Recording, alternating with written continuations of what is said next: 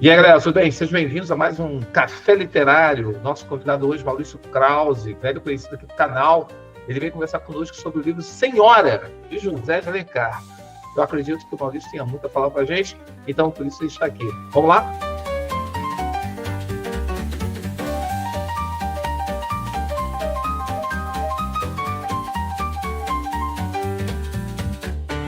E aí, galera, começando o nosso vídeo, e eu quero aqui apresentar Maurício Krause, professor de literatura, parceiro, amigo, e que tem muito a falar sobre o livro Senhora. Tudo bem, Krause? Tudo bem, e você, Sérgio? Tudo bom? Na luta, gravando vídeos. E vamos falar hoje sobre Senhora, né? Sim. Você aí até releu, né? No Relendo Senhora, Reli. revisitando essa grande obra. Maurício, quando a UERJ fez a consulta pública em janeiro, eles colocaram Guarani, Lucíola e Senhora. A consulta pública deu a vitória para Senhora. Sim. Alguns professores falaram, o pessoal não entendeu nada, poderia ter feito Lucíola, que era um livro bem mais interessante, curtinho, o aluno não levaria tanto tempo. É assim, aqueles palpites de pós-decisão. Como que você vê essa escolha de Senhora? Você que é um conhecedor da obra de Alencar. Eu fiz da seguinte forma. Bom, a princípio, descartar o Guarani é bem compreensível, é um livro extenso. O indianismo é uma parte muito óbvia da obra do Alencar. Na verdade, eu acho que não traria nenhuma novidade, nada que se pudesse explorar demais, a não ser os próprios aspectos do indianismo nativista, né, que o Alencar desenvolveu tão bem, diga-se de passagem, mas um livro muito extenso.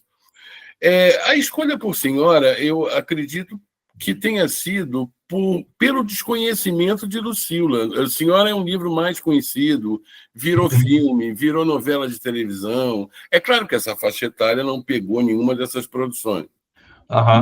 Mas esteve assim, sempre na boca do povo, vamos dizer assim, esse livro, né?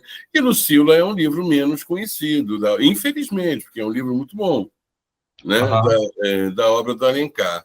Mas talvez final trágico de Lucíola pode ser, vivemos em tempos tão trágicos, né? Que os finais feliz, né? Podem ser evitados. Mas Senhora, dentro das obras de Alencar, né, ele tem os chamados perfis de mulheres. Diva, Lucíola e Senhora. Sim.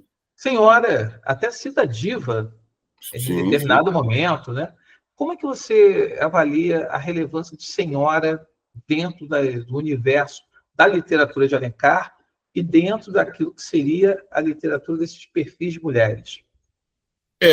Talvez, Monteiro, eu te peça para ir um pouquinho à frente, ou melhor, atrás, dentro do romantismo, né? Do romantismo brasileiro.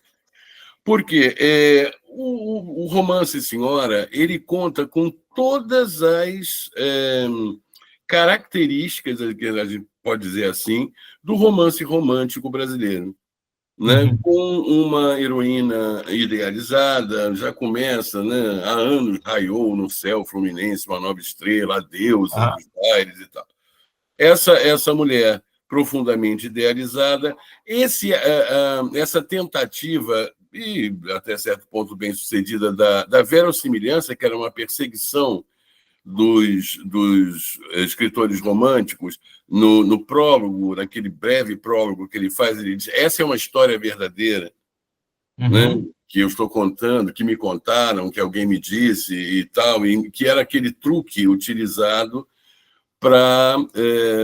que os escritores românticos usaram para diferenciar os romances fantasiosos da Idade Média para os romances contemporâneos deles, lá do século XVIII. Então, eu acho que Senhora, dentro da obra do Alencar, é um livro muito importante na medida em que ele concentra ali todas essas perspectivas que o romantismo vai exigir. Inclusive, uma coisa que passa um pouco despercebida pelas críticas que eu vejo ao romance, a cor local. A questão da cor local, que foi uma reivindicação do romantismo brasileiro, né? Vamos buscar, sim, aqueles romances europeus como inspiração, especialmente portugueses e franceses, né? Especialmente A Dama das Camélias, né? Que é o grande romance romântico europeu do Alexandre Dumas, filho. E pegar e botar todos aqueles jardins, todo aquele céu do Rio de Janeiro, todas aquelas estrelas, enfim, essa questão de inserir esse romance mesmo dentro dessa paisagem. Para além disso, é claro, ele faz uma coisa que poderia parecer uma novidade, e que não é. Na verdade, eu acho até que, em muitos momentos da literatura, essa personagem da Aurélia, ela aparece, né? Como esta mulher que capitaliza o amor, né? Que compra o marido e cobra o preço da desilusão amorosa que ela teve com ele. Se a gente quiser dizer o seguinte, as heroínas, como a Lucília tem um final trágico, Iracema tem um final trágico, mas a Carlota, Carolina, de 5 Minutos e Viuvinha, tem finais felizes, né? Como é previsto. Cecília tem um final ambíguo, ele não sabe exatamente o que acontece. Mas na maior parte das vezes esses finais são felizes, como em Senhora também vai acontecer dentro da fórmula do romantismo.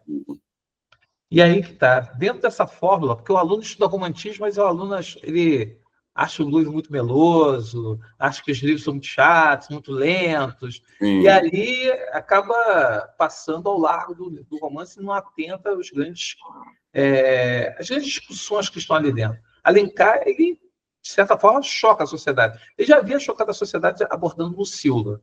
Mas esse tema, compra de marido, vou comprar o marido, e estruturando o romance todo como se fosse uma relação comercial, o preço, quitação, posse, resgate. Assim, qual o impacto que isso trouxe? Assim, alguns gostam de dizer que isso já é um pré-realismo. E aí, você concorda com isso ou você tem uma leitura mais romântica mesmo? É uma estratégia do Alencar? Eu acho que é uma estratégia, é um truque muito bem achado, porque o Alencar com Lucília, ele teve um problema. Às vezes as pessoas esquecem que o Alencar, assim como todos os outros escritores românticos, eram folhetinistas. E como folhetinistas, eles ganhavam dos jornais o salário. Quer dizer, aquela ideia do mecenas que desapareceu no romantismo não desapareceu, né? Quer dizer, na verdade, virou um patrão, virou um editor de jornal. E quando a Lucília se desenvolve em folhetim, o público começa a rejeitar muito aquela ideia de que aquela cortesã vai ter um final feliz. Então, o próprio Alencar, por muitos depoimentos posteriores, ele disse que se viu obrigado a modificar o final previsto, né? Porque a sociedade não ia suportar aquela situação. E, nesse sentido, se a sociedade não vai suportar, o leitor para de ler, o anunciante para de pagar o jornal e o escritor para de receber. Então, se estamos falando em lógica comercial, ele atendeu perfeitamente o que seria. No caso de Senhora, é um pouco mais ousado, mas se a gente pensar na mentalidade masculina da época e pensar nesse patriarcado, no machismo que era e né, estrutural na sociedade brasileira com muita força, o que você tem ali é uma mulher magoada e vingativa. Essa vingança dela, ela deixa bem claro, né? Exatamente. Ela não dá o braço a torcer. Ela não esconde, né? Ela deixa muito claro que a intenção dela é se vingar da mágoa que ele causou a ela por tê-la trocado lá pela Amaralzinha a princípio. O curioso é que o Alencar ele é tão sutil, né? Que Você vê, a primeira vez que o Fernando Seixas vai fazer uma transação comercial, que é se casar com a Adelaide, ela é a Amaralzinha, ela é o sobrenome do pai dela, ela não é ela. Né? Uhum. Ela é chamada pelo sobrenome do pai, ou seja, ela é o pai, ela é o dote que o pai vai pagar a ele. Na verdade, depois que ela fica amiga da Aurélia, que ela vira Adelaide, eu acho que é o nome. Adelaide Amaral. Ela vira a Adelaide e fica com uma vida própria. Mas antes, ela é a Amaralzinha. Existe muito, né, Monteiro, essa tentativa de crítica onomástica que fica analisando os nomes dos personagens. Aurélia significa ouro, Seixas, o seixo que rola. Dona Firmina, a que trata a moça recatada com firmeza. Enfim, é uma crítica respeitável, sem dúvida nenhuma. É claro que eu não posso ter a ingenuidade de achar que o autor não esteve atento a essa escolha de nome, né? Mas ela não é a riqueza em pessoa todo o tempo. Né? Ela é a riqueza a partir de um rocambole, né, que acontece na história para ela ficar rica.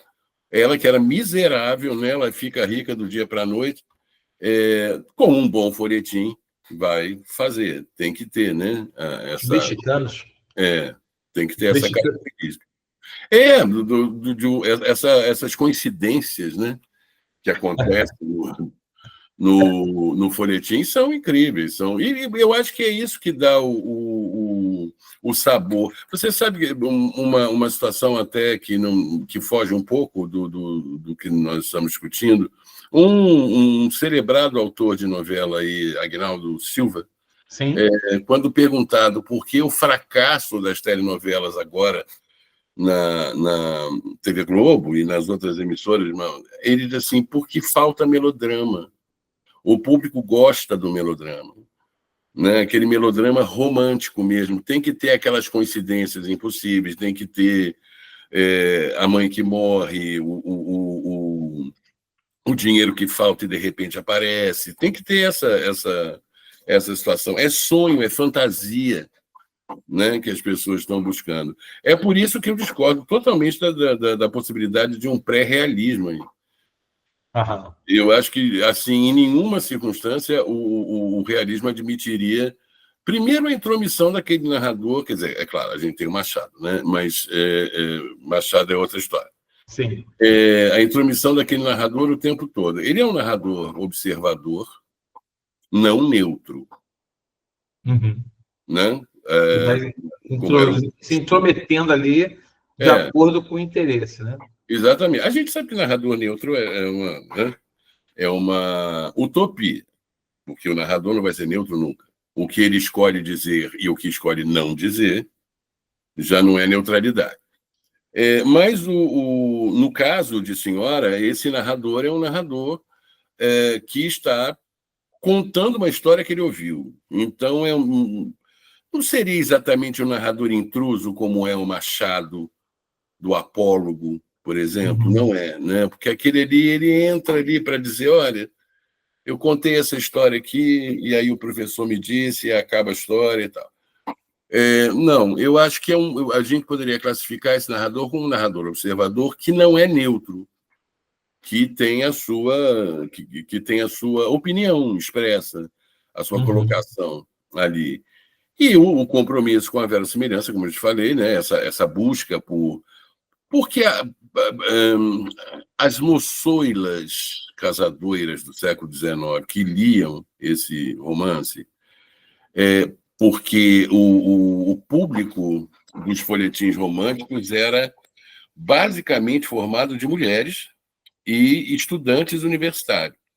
Então, basicamente, era esse o público do romantismo, né? do romance romântico.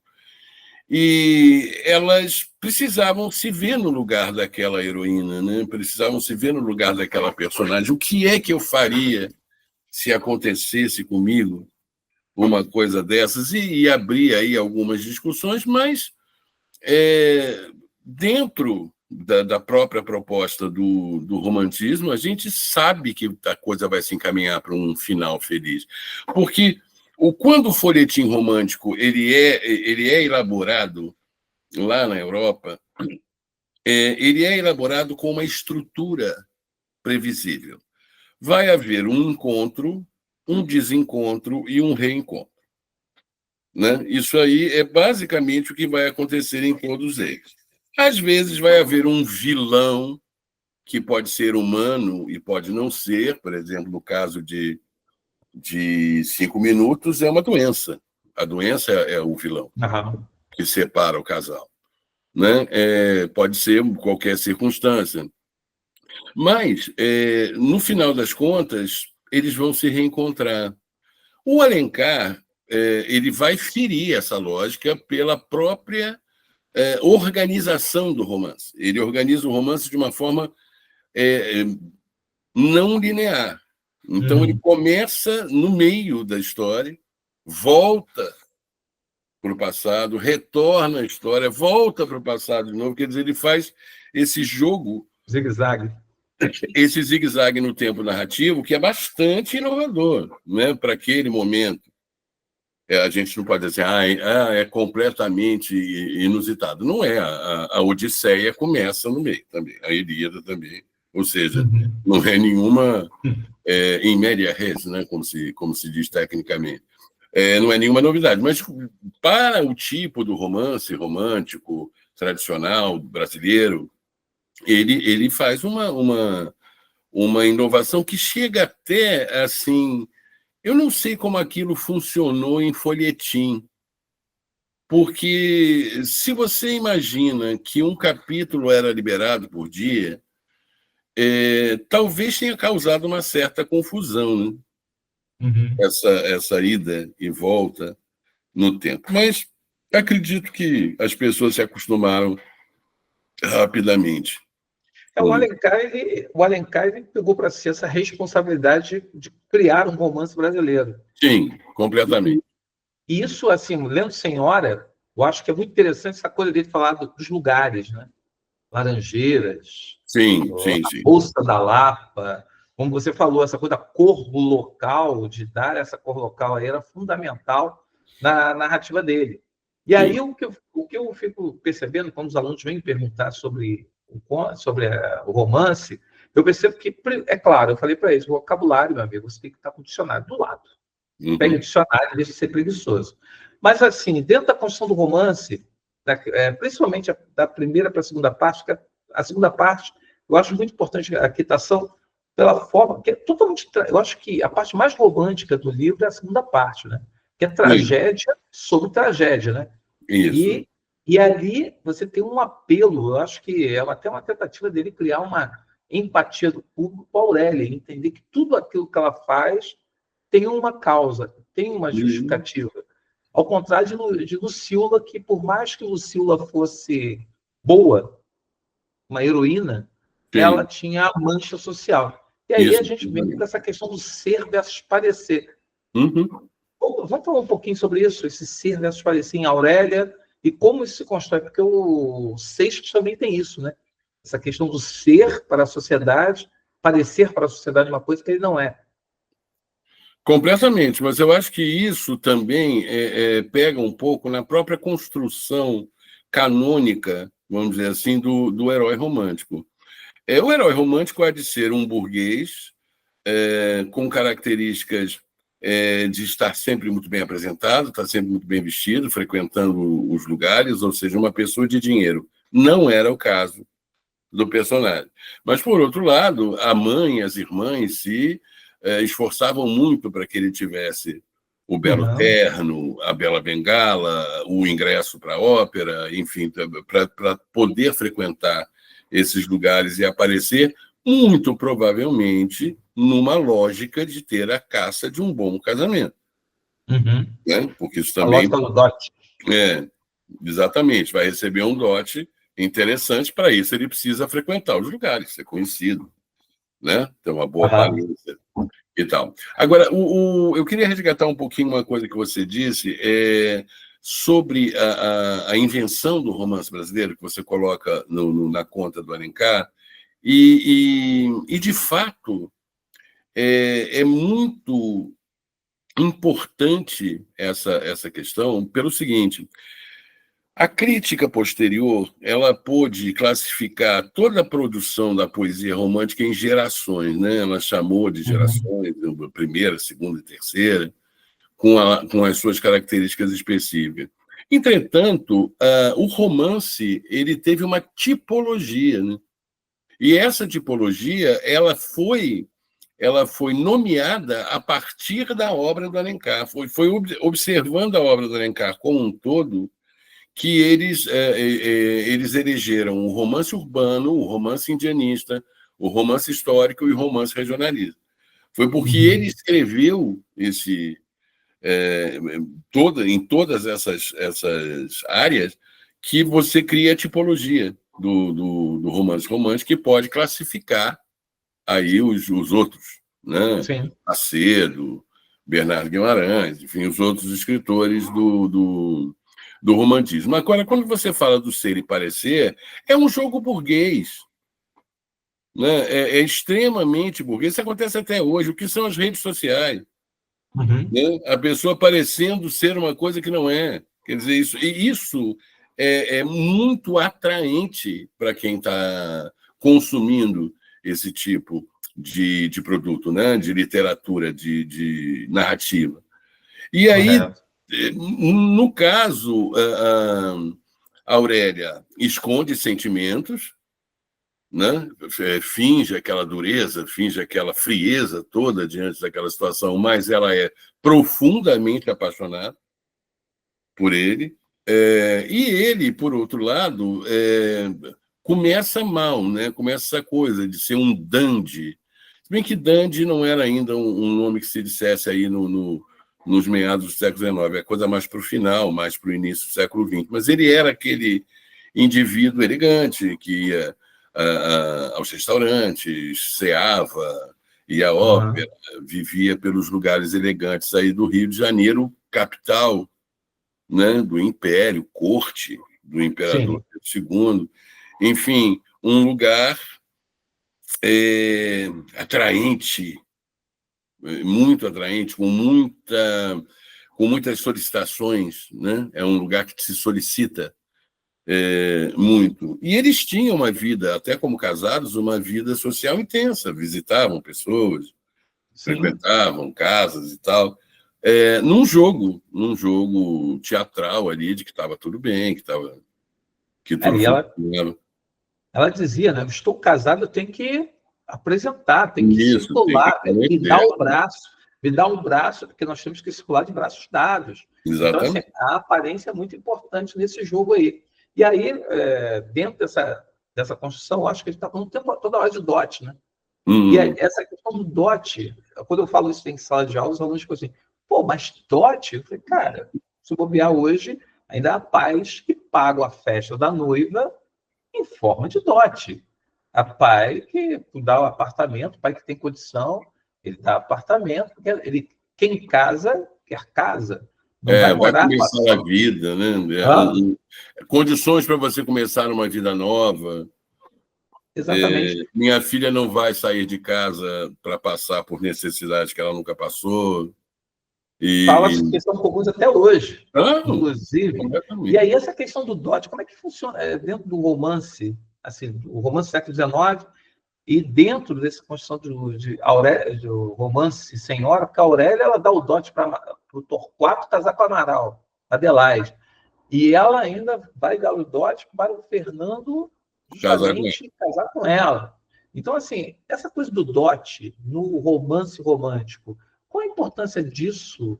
E dentro do imaginário, as damas que consumiam, havia aquelas moças, parte do princípio que elas tinham recursos para pagar dote à pessoa apaixonada.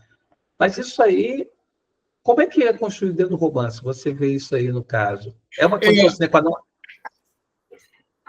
É uma pergunta muito boa, porque eu acho que essa questão reafirma uma situação que era muito antiga, medieval, inclusive, né, dentro da própria estrutura social da Idade Média, de que a mulher é um fardo na vida de um pai. Uhum. Né? Então, este pai paga para se livrar deste fardo.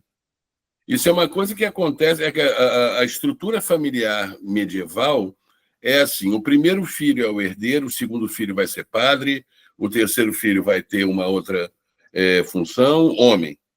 Uhum. A filha mulher vai ter que casar com alguém ou vai para a igreja, porque não há outra possibilidade. A prostituição seria uma terceira via. Mas Uhum. as pessoas não queriam, né, que isso acontecesse. Correto. Porque você não pode ficar sustentando aquele ser inútil ali na cabeça dessas pessoas para o resto da vida. Você tem que passar a O despesa. bastão. Exatamente. E quando o Alencar busca a questão do dote para estruturar todo o romance, como você mesmo disse aí, as partes do livro, quitação, preço, resgate, ele está buscando uma coisa, um fato que era muito corrente na época, né? Que era uma coisa com a qual as pessoas lidavam com muita frequência. Né? Era uma situação social da época que todos conheciam, ninguém tinha dúvida do que era aquilo. As pessoas, quando se colocavam a favor ou contra a atitude da Aurélia e do Fernando, a princípio, né, que ele despreza o amor verdadeiro para poder se casar com a Amaralzinha, aquela situação de, eu estaria no lugar dessa pessoa, eu faria a mesma coisa, não faria? Porque dote paga-se. É uma sociedade que está completamente acostumada a isso. Talvez, e muito provavelmente, isso afaste um pouco o leitor contemporâneo, nosso contemporâneo, né? O leitor de hoje. Porque é uma situação que, a rigor, não existe mais. Como você disse, há muitas maneiras da dotação aí do pai em relação a filho, né? Festas e apartamentos e coisas do gênero. Mas a situação, de fato, ela não existe mais. E aí você fica imaginando assim, peraí, mas ele deu, o pai pagou o cara para levar a filha? É isso. Então, eu acho que ali o Alencar pega uma coisa, pega um mote, um contemporâneo a ele, né? Uma coisa que existia naquela sociedade e que todo mundo era capaz de compreender. A Aurélia, ela diz para o tio, tutor Lemos, que você falou, eu vou parar a pergunta que eu ia fazer para comentar aqui contigo aquela situação da segunda parte, quando a Aurélia afirma que o tio manda para ela uma carta porque o tio viu tantos homens cortejando, né? E uma garota pobre, qual seria o caminho? A prostituição. Já que não tem, assim, o Alencar não usa o nome a prostituição, mas ele diz que a carta faz com que a Aurélia vá se ajoelhar na frente da santa devido àquilo de que forma tocou. E aí a gente tem essa questão da prostituição ou ir para a igreja e, no caso, se tornar uma freira.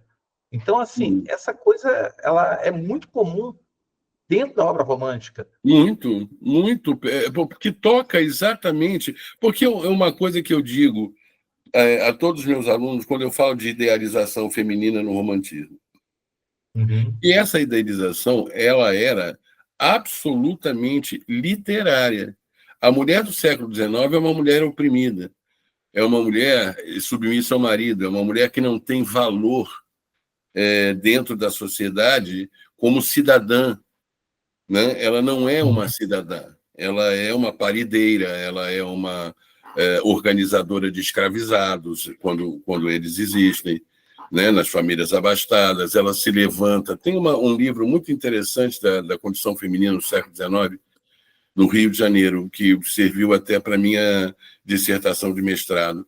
E a mulher abastada, ela se levantava às 11 horas da manhã. para dar ordens aos escravizados. No resto do dia, ela passava lendo, fazendo um trabalho manual, uma coisa, não fazia nada. Né? E parindo os filhos que precisava parir.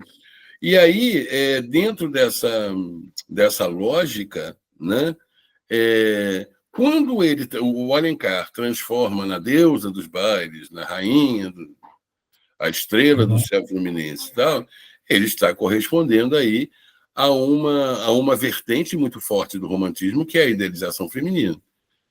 Né? Mas, ao mesmo tempo, e ele mantém, né, Monteiro, essa idealização até de formas avessas, porque ela sai um pouco do esquema dizendo aquelas barbaridades que ela diz para ele, né, as acusações, né, as palavras duras que ela diz, mas quando ela se recolhe, ela tem, né, aquela dor, aquele sentimento, aquele... Ela até desmaia, né? Achando que ia morrer. Ele leva o drama ao último... exatamente. Sentido, né?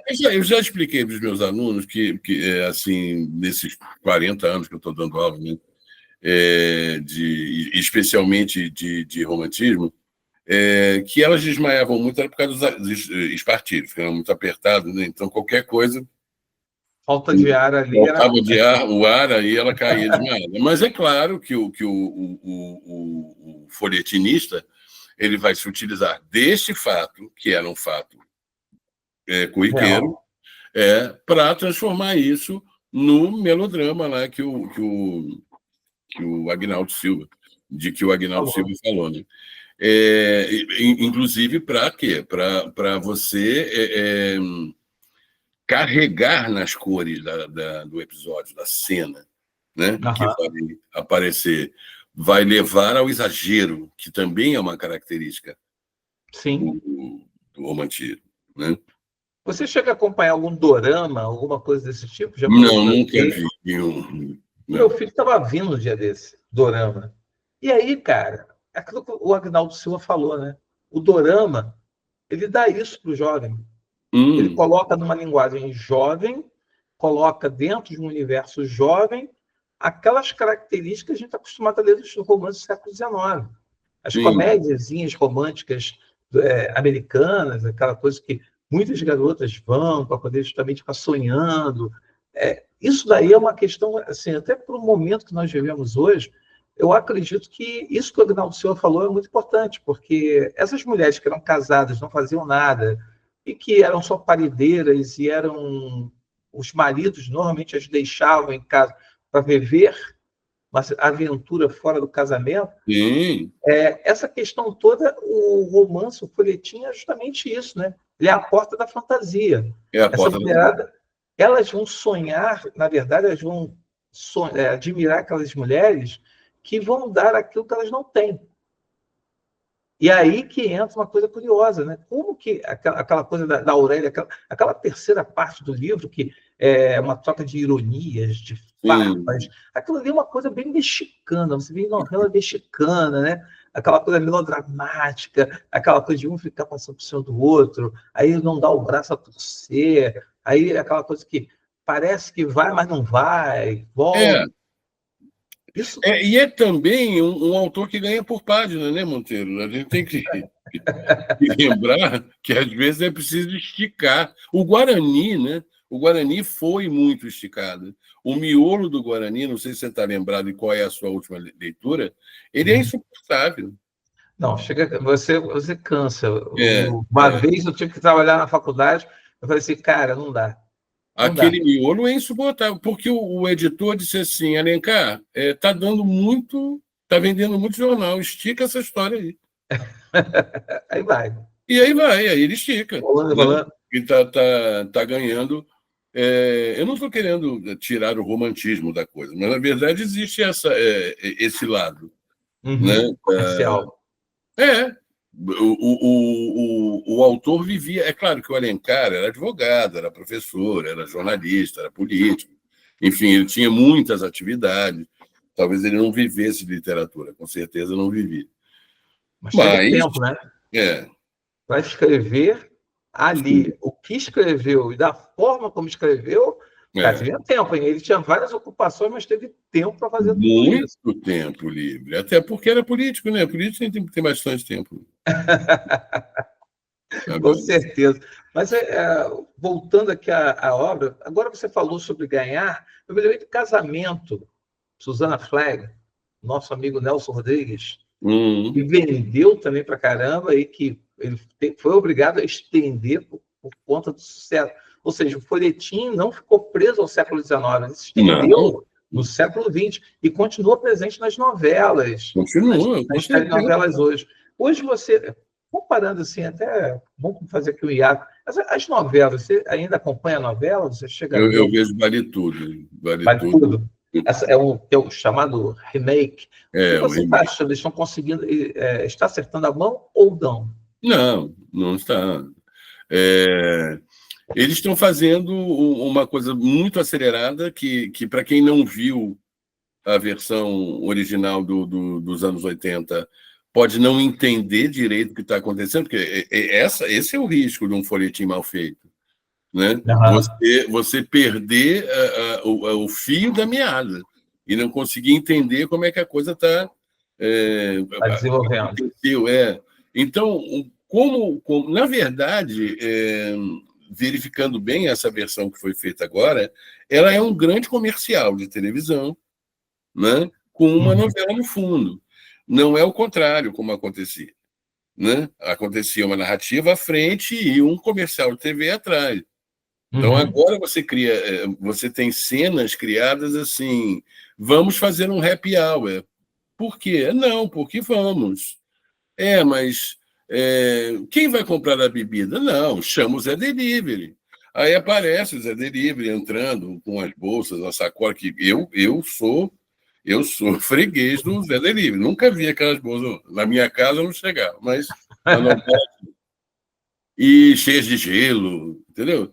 E aí, assim, o carro, você vai me buscar de carro. Por quê? Você tem carro, mas não. É para mostrar um carro novo que está sendo lançado. É o merchandising, isso aí, né? É exagerado, né? Porque como a audiência é baixa da novela, eles estão, a audiência da TV aberta, né? No streaming parece que eles têm uma audiência boa. E aí o anunciante está interessado nisso, que a pessoa veja o produto dele. Né? E é uma forma de arrecadar, né? Aquilo que não está se arrecadando numa propaganda normal. E aí que entra uma questão. Os intervalos acabam se prolongando. E dentro dessa questão do... a gente está falando aqui do... Agora voltamos aqui, né? Saindo da novela aqui, da TV, mas a questão de Senhora, a questão toda, você acha que a história, o aluno, ele tem dificuldade para entender em que momento ali da história? Porque sexta-feira eu comecei minha aula, falei, alunos, vamos lá, Senhora, não, porque tem uma parte aqui que eu não sei, claro, o que é. Eu falei, você é dicionário? Ela, não, aí ela começou a ler. Aí, quando eu expliquei, ela falou, porque isso aqui parece muito confuso. Você falou sobre essa questão do aluno, da pessoa que não viu Vale Tudo, não estar acostumada e não entender e perder o fio da meada. O aluno que não está acostumado a ler um romance do século XIX, ele também perde o fio da meada e ele fica meio que perdido em algum momento ali. Quais são os casos assim que você percebe que o que seria fundamental para o aluno que está lendo Senhora? Qual é o fio da meada que ele não pode perder enquanto ele está lendo? Cada uma das partes. Para você, assim. Causa e consequência. Né? Por que aquilo tudo está acontecendo? Se o Alencar tivesse disposto as partes de forma linear, ficaria muito mais fácil de entender. Né? Então, se ele começasse a contar a história dela lá no passado, pobrezinha, a mãe que namorou o cara e tal, e casou escondido, ninguém sabe desse casamento, e o filho que não podia assumir a família, e chegasse aquele momento de forma linear, não haveria problema de entendimento, eu tenho certeza. É a forma como ele construiu o romance, como ele montou as partes, né? Ele dispôs aquelas partes, que pode sim causar uma confusão, você vê, na pessoa que está lendo o livro. Imagina quem estava lendo em folhetim aquilo. Porque são capítulos, né? Eles eram publicados diariamente, não, né? Aqui na corte, né? Enfim, aqui no Rio, a periodicidade era diária, mas para fora do Rio demorava para chegar, né? Então era uma coisa mais espaçada. E aí ficava pior ainda para o resto do Brasil. Você vê aqui, vai chegar uma semana depois. Tinha uma semana de espera para saber o que vai acontecer. É uma boa publicidade do livro, sem dúvida. Agora, eu acho que sim, eu acho que eu mesmo, que sou um leitor profissional, eu cheguei assim a ver, nessa segunda leitura que eu fiz, eu falei, peraí, eu acho que eu perdi alguma coisa aqui. Aí volta. Aí dá uma voltada para ver o que era e tal, e não, bom, ali adiante isso aqui vai ser resgatado. E é. Aham. Porque Alencar sobretudo, um excelente escritor, isso aí não resta a menor dúvida. Mas ele ousou. Aí, formalmente, eu acho que ele teve uma ousadia mesmo de fazer essa desmontagem, né? Não vamos nem falar da montagem. Ele desmontou a questão temporal da narrativa ali, e isso pode causar, sim, alguma confusão. Mas o que o aluno, o leitor que vai responder sobre o livro, não pode perder, respondendo diretamente a sua pergunta, é a relação de causa e consequência. Correto. Porque ali você tem que entender exatamente por que é que ela está fazendo aquilo daquela maneira. Correto. Né? E ali porque a última parte do livro, você acha que ele não acelerou um pouco aquele final, não? Olha, sinceramente, não me chamou a atenção.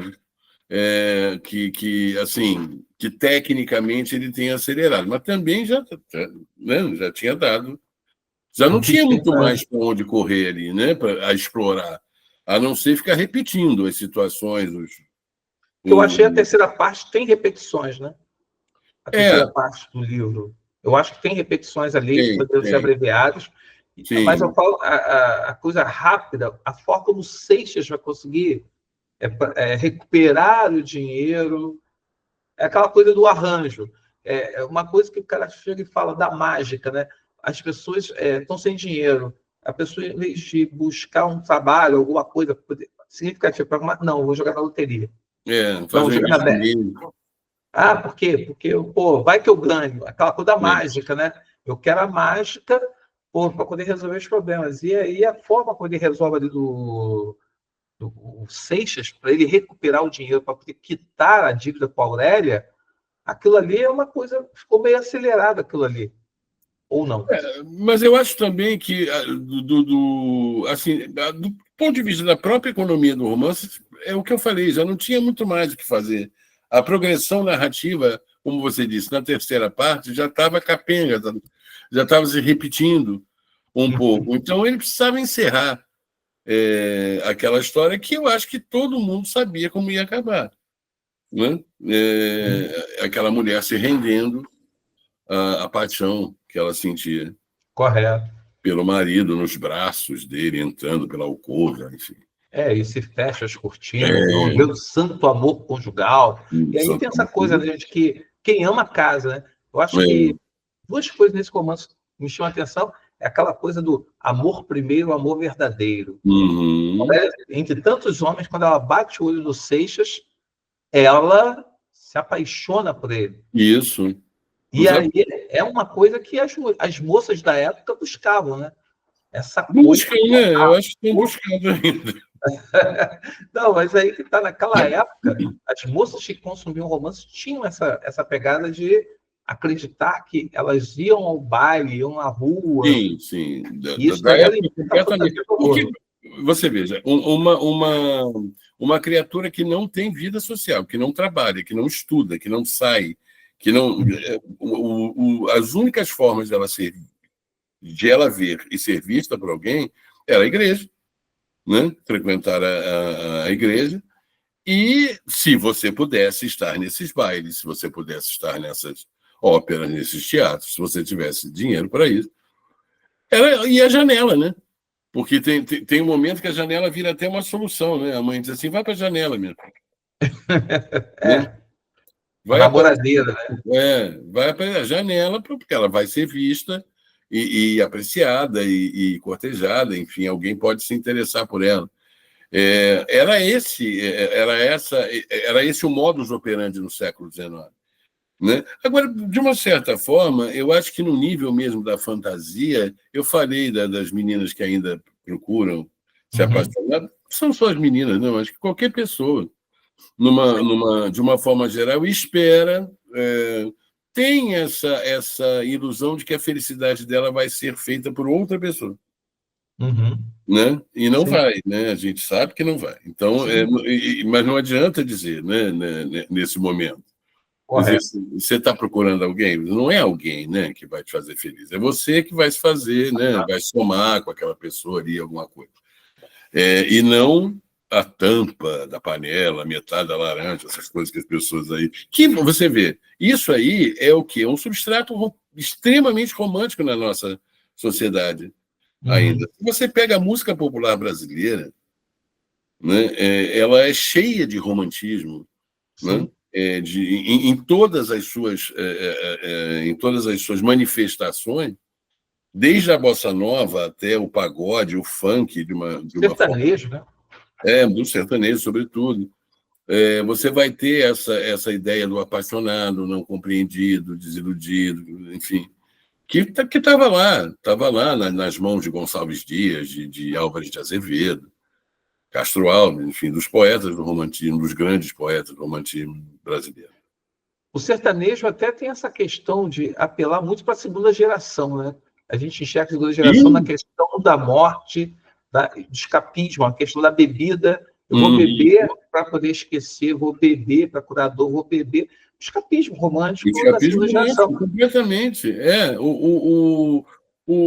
Uma das coisas assim que eu acho que até os candidatos da UERJ podem se beneficiar de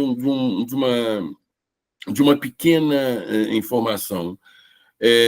O romantismo estava e esteve muito além de um estilo de época. Ele foi uma forma de vida, ele foi uma visão de mundo.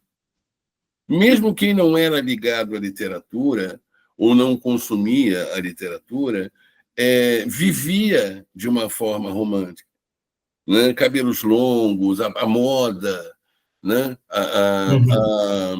A epidemia de tuberculose que encurtava a vida das pessoas. Então, aquela coisa da morte iminente para muitas pessoas, para muita gente morreu de tuberculose. É uma carga dramática bem forte. Muito grande. Então, você tinha aquele perfume de fim de mundo assim no ar, de uma certa forma que as coisas precisavam de muita urgência, né? Que aquele amor precisa acontecer de qualquer forma, porque eu não tenho o tempo necessário para ter outra oportunidade. Isso tudo estava muito na visão de mundo que se tinha. Ainda que, paradoxalmente, neste momento do século XIX, que o avanço científico mais se mostra, né? A racionalidade, vamos dizer, o pensamento, as descobertas científicas do século XIX valeram aí o quê? Uns 4, 5 séculos anteriores. Então, mesmo assim, você tinha essa visão, né? Essa visão de mundo que, por exemplo, que vai ser fortemente atacada pelos realistas. Eu me lembro de uma cena, de um momento do livro O Primo Basílio, do Eça de Queiroz, que ele está ali, amante da prima, né? Aquela prima casada. A Luísa.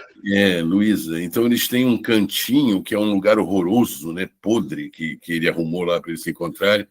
E ela diz assim, vamos fugir. Quando ela começa a contar que está sendo chantageada pela empregada. Vamos fugir e tal. Aí ele olha para ela e diz assim, garota, isso aí é coisa de romance, deixa de ser louca. Fugir. Na primeira fronteira a gente vai ser preso. Quando seu marido descobrir que a gente fugiu, se não é na primeira, é na segunda. Se não é na Espanha, é lá na fronteira com a França. Então, é ali que a gente vai ser descoberto. E ele dizendo assim, isso é bom para os romances, né? Dando aquela cutucada ali no romantismo. Né? O Machado também fazia isso direto, né? Sim. Eu acho que a grande questão, aí eu acho que está batendo aqui, está norteando a nossa conversa, essa questão de que você falou tudo quando citou Agnaldo Silva. Melodrama. Um melodrama. As pessoas gostam de melodrama. Eu lembro logo de Vinícius de Moraes, que era o homem que buscava a felicidade. Então se apaixonava. Essa busca da felicidade. E 9 casamentos. Hã? 9 casamentos. Né? O Oswaldo também se casou 9 vezes, né? Oswaldo de Andrade, eu acho. Foi tudo isso. Eu sei que foram... Ele casou, acho que 9 ou 8 vezes. 9, não tinha notícia. E aí o que acontece? O Vinícius mostra isso, né? Essa coisa dele buscar a felicidade. E aí eu acredito que o sucesso até hoje do dorama, da novela mexicana, da novela turca, que está Canto dos Pássaros, está passando agora no TNT série. Todas essas novelas, se você pegar e extrair, você vai ver que está ali o melodrama. O melodrama. É a porta do sonho, é a porta da fantasia. E o aluno, eu acredito que ele tem que embarcar nessa canoa, né? Eu acho que a melhor forma de entender, de procurar sentir o livro, é entender, cara, olha só, isso aqui é uma fantasia. Por mais que o cara diga no início que foi baseada numa história real. Isso como você falou, é um truque para trazer algo essencialmente romântico, que é essa coisa de apontar a fantasia e a idealização. Como diria o nosso poeta, a realidade não basta. A realidade é dura demais. Então, a gente tem que suavizar essa realidade. E aí, com essa mensagem aí, que a gente pode assim, apontar para o romance como um todo, pensando na UERJ, pensando não só... Vamos tirar o vestibular e vamos pensar em literatura. Você, como um amante da literatura, o que você acha que esse romance pode nos ensinar para a vida? Eu acho que a soma disso tudo que a gente conversou, né, Monteiro? Mas principalmente isso, de quanto a fantasia é importante na vida, de quanto estimular a imaginação, né? Mas tendo noção de que aquilo é fantasia. Né? Não vamos mergulhar no que foi chamado aí de bovarismo, né? Acreditar que aquilo que aquilo possa ser a realidade. Eu acho que o candidato da UERJ ele vai ganhar muito se ele entender o romantismo como uma visão de mundo, para além de um estilo literário, quer dizer, de uma coisa que estava presente em todas as atitudes, em todos os momentos da vida daquela pessoa, mas, ao mesmo tempo, entender que você sonhar... Imagina o que é você viver um casamento ou uma relação amorosa sem nenhum problema financeiro, né? Porque a Aurélia gastava dinheiro, que era uma coisa assim, né? O dinheiro tá ali, parece até Jorginho Guing. Eram as ceias, eram os jantares, e paga o dote do outro, e compra a joia para não sei quem, enfim. Essa ilusão, né? Esse sonho que a pessoa pode e deve ter, mas com um senso crítico de que aquilo foi realmente o espelho de uma época, o espelho de uma sociedade que precedeu a nossa. E a nossa tem ainda muitas marcas, muitos sinais dessa sociedade. Né? É aquela coisa, uma vez eu vi um historiador falar, e a gente pode, de uma certa forma, estender isso para a literatura, quando a gente analisa de uma perspectiva histórica. A história não está cheia de passado, a história está cheia de presente. Né? Então, quando a gente... eu acho que foi a Lilia Schwartz que disse isso, se não me engano. que coloca dessa forma, né? Assim, o que nesse livro com o que você se identifica ali, né? Quem é você ali naquela história? E se você não é ninguém, como você observa? Se você não é nenhum deles, não é ninguém. Se você não é nenhum dos personagens colocados ali, como é que você olha para eles, né? Como é que você observa? Como você resolveria essa questão, né? De que maneira? Eu acho que isso pode ajudar o aluno, o candidato. É claro, a gente sabe que você falou para a gente não falar da prova, do vestibular, mas a gente sabe que a UERJ tem uns caminhos que são meio previsíveis, né? Pontuação expressiva, figuras de linguagem, funções e tal, continuação de narrativa. Mas se você tiver alguma oportunidade, se houver alguma questão, e eu acredito que haja, que dê a oportunidade aí do candidato, do aluno, do jovem ou da jovem, refletir sobre seres humanos, porque é disso que se está falando o tempo todo. Sim. Né? Copiando a Natália Timber, que é essa grande atriz nossa, a literatura é o homem celebrando o homem, não é outra coisa. Correto. E aí que eu acho que fica a grande lição, porque assim, eu acho que o livro, senhora, são 300 e poucas páginas do livro, e ele vai estendendo ali, tem os personagens que são secundários, alguns aparecem e somem, a gente não tem muitos contatos, como a dona Firmina Mascarenhas. É uma sombra, né? A narrativa. Ela é uma sombra. O Eduardo Abreu, ele aparece ali no passado e quando retorna ao presente é um oposto daquilo que foi do passado. Sim. E aí, uma característica que eu acho que chama a atenção da Aurélia é como que ela não esquece aqueles que ajudaram no passado. Ela é grata. Ela tem esse sentimento de gratidão. Ela é uma pessoa que, como ela discutiu, né? Mas é o que eu disse para você no começo, ela é um protótipo de uma heroína romântica virtuosa, bela, polida, decente, bondosa, generosa. Ela só foi magoada por um homem e se vingou dele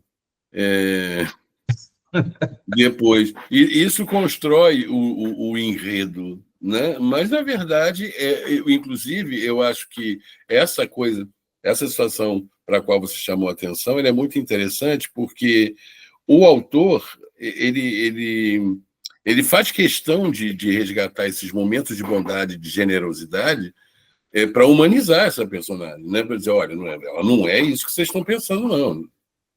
Ela sofreu uma grande decepção e ela, então, resolveu proceder dessa forma. Mas, na verdade, ela é muito boa, é uma pessoa muito bondosa, muito generosa. Ela foge daquilo que seria o personagem plano, né? Ela se torna até uma personagem um pouco esférica, vamos assim dizer. Não sei se eu estou exagerando nessa afirmação. Eu te confesso que eu não estou muito assim. Eu nunca trabalhei muito com essa caracterização de personagem, não, plano, esférico e tal. Eu sei do que se trata, mas eu acho que na questão aí ela é a personagem que se espera que ela seja, né? Mas que ela teve no percurso dela, ela teve um contratempo em que ela escolheu resolver de uma forma inusitada. Né? E aí ela vai, inclusive, até pelas mãos do próprio autor, ele vai, e do narrador, né? Mais especificamente do narrador que nos conta a história, ela vai sofrer as consequências dessa decisão que ela tomou, porque ela sofre. Sim. Ela sofre por amor. Ela não é feliz com aquela situação que ela criou. Né? Ela está vingada, ela pode, sim, mas quando ela começa a ver no final, né, mais para o final da história, que aquela vingança não resolveu nada, né? Ou como na maioria das vezes acontece, né? Você se vinga e depois você vê, não serviu para nada. Não resolveu. Gastou um tempo da sua vida. Energia, dinheiro, né? Que ela gastou muito. Sim. Não, e tem aquela coisa, né? O oposto, como outros disse, o oposto de amor é indiferença.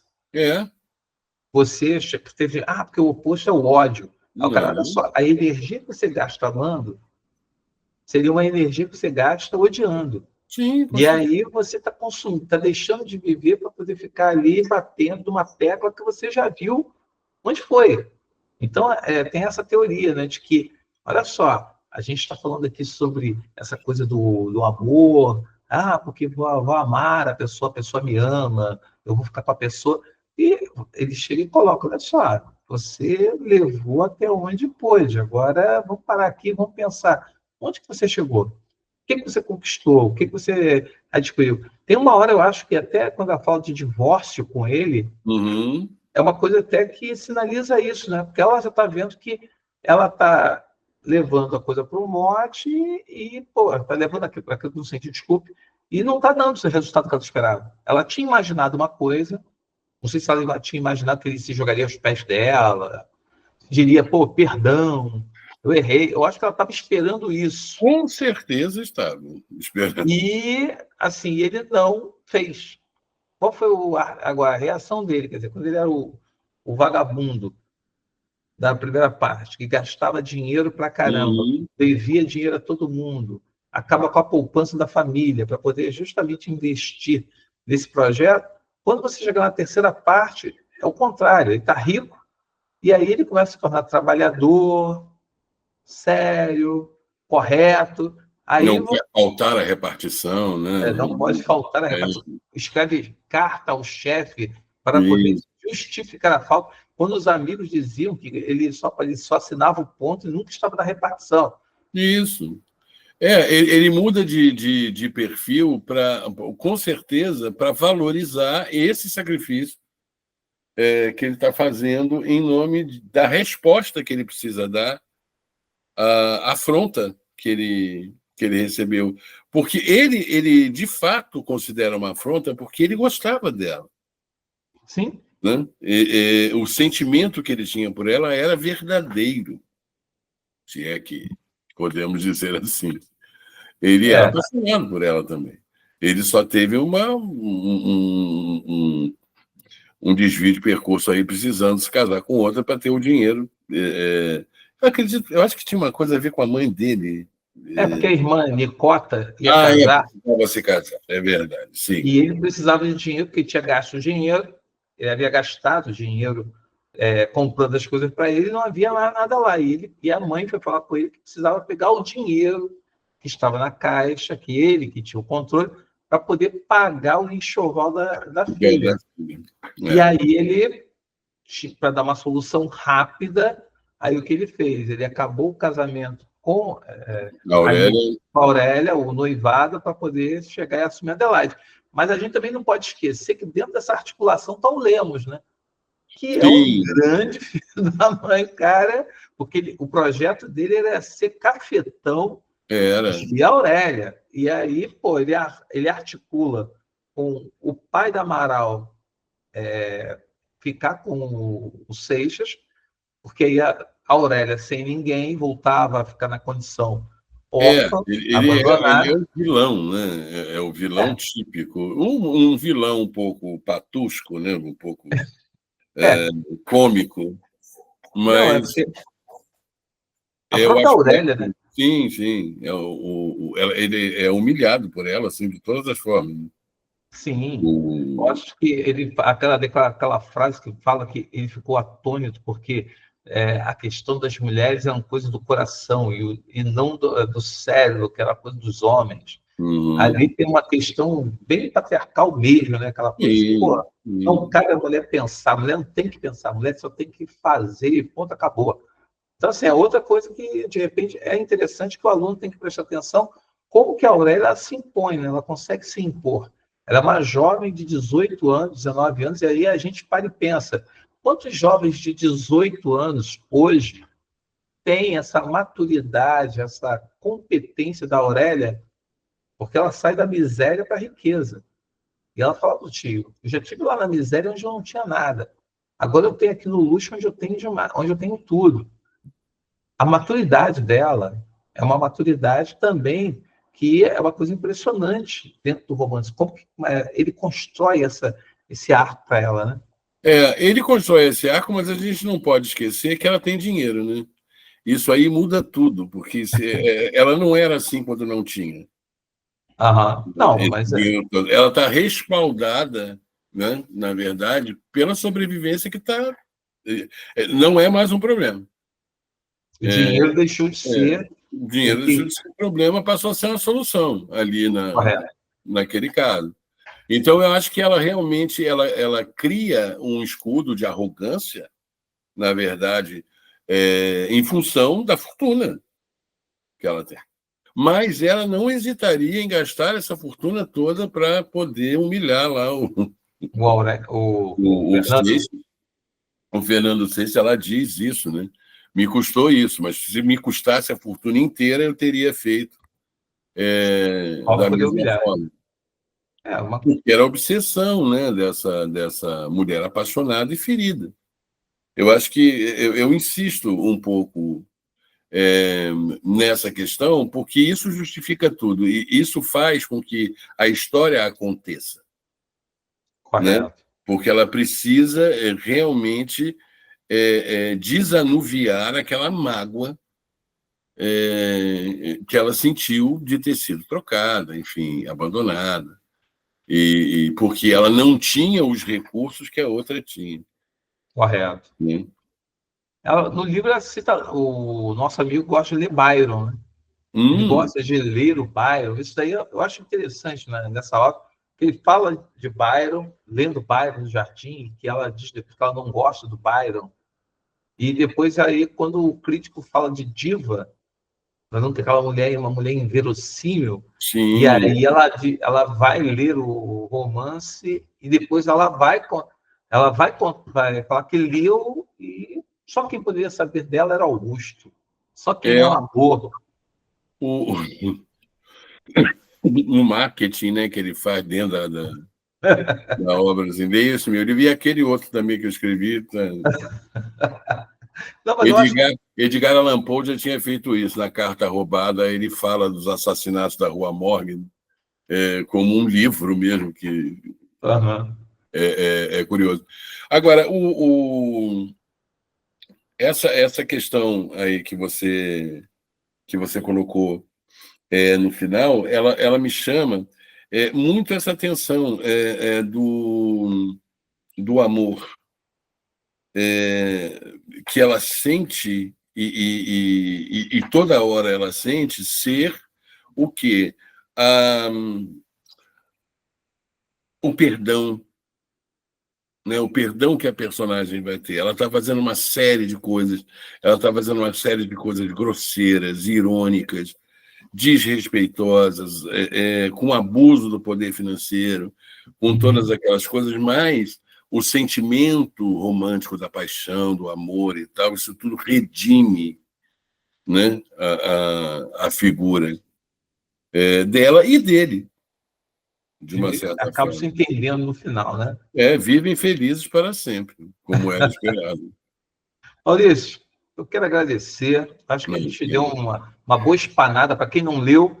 Sim. Acho que agora a galera tem um direcionamento sobre as partes do romance. E eu deixo aí para você essa despedida aí, o que você tem a desejar aí, Bom, primeiro agradecer a você mais uma vez a oportunidade de estar aqui e dizer isso, que as pessoas tomem a literatura para si como uma forma de entender-se melhor, né? Entender-se num plano geral, dentro de uma cultura, dentro de uma humanidade e até do ponto de vista específico, né? O que você tem ali de identificação ou não, porque a não identificação também é uma forma de apreciar uma boa obra.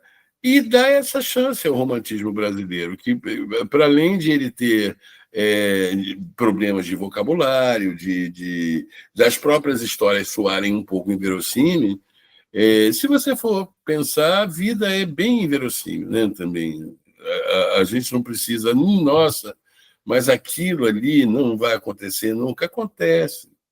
E se não acontece, não duvide. Não duvide que possa acontecer. E desejar a todos aí uma boa prova e que consigam tirar partido, louvando mais uma vez essa iniciativa da UERJ, né, de propor leituras aos alunos antes dos vestibulares, porque é uma oportunidade mesmo de você ter contato, né, com a boa literatura ou escrita em língua portuguesa ou traduzida para o português, quando é o caso aí dos livros estrangeiros. Eu agradeço mais uma vez. Você aqui, no caso, é um nosso convidado, será sempre bem-vindo aqui. Decano, praticamente. Hã? Um decano, praticamente. Com certeza. Tem outros vídeos do Maurício lá no canal, conversando com a gente sobre outros livros, e é um prazer recebê-lo aqui, porque vocês viram que tem muita coisa para falar, muito conhecimento, só que nós temos um tempo reduzido. E eu quero agradecer mais uma vez. E, pessoal, vamos estudar para a UERJ, leia a senhora. Eu falo, Maurício, o seguinte, o aluno fala assim, mas é muita página. Eu falei, cara, lê um capítulo por dia. É um capítulo, leu. Beleza. Leu de manhã, está com pique, lê à tarde, um outro capítulo. Vai lendo um capítulo de cada, mas leia. Não fica nessa de querer pegar, porque eu tenho que ler tudo. Você não tem que ler tudo, você tem que ler. Pega um capítulo por dia. Até a prova você já leu tudo, você já está com a leitura pronta, e vá acompanhando os vídeos, vá acompanhando as conversas, que eu acredito que vai ajudar também a abrir a mente da galera sobre a leitura, sobre a importância da obra, a relevância da obra. Não é à toa que a UERJ colocou entre as obras candidatas a serem escolhidas, e Senhora foi a obra escolhida. Maurício, muito obrigado. Ainda vou ficar falando com o Maurício aqui, mas a nossa gravação termina nesse momento. Fique atento, que virá outro Café Literário. Hoje eu gravei o Café Literário sobre Hamlet com a professora Glória Helena. Foi muito bom. E vamos conversando sobre outros livros.